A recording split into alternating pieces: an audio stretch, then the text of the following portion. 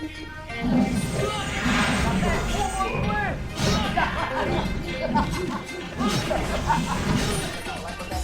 na naman, baka na naman ang manulupit na swela.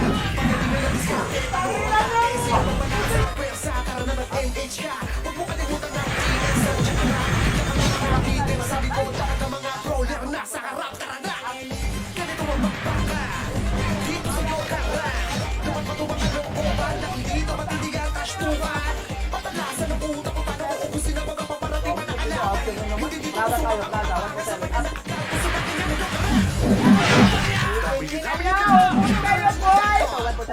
sumakas.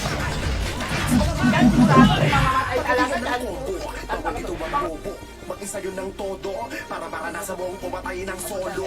Gawin mo na kataparaan para hindi na mabuhay na kamot na ng pag-uuspan. Dapat maganda ang stats para ang mga anker ay di ka ma-one-shot. Ito na ba? Baka na naman nakatamang ang skill nila sa akin nakasentro. Hindi tumatamad dahil naka-eva. Ang lupin na mo kung sila nakatangeno.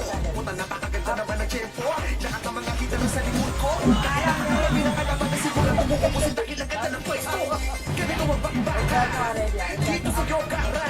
Tumak ang looban dahil dito matindi ang kashtuhan. Patalasan ng utak ko.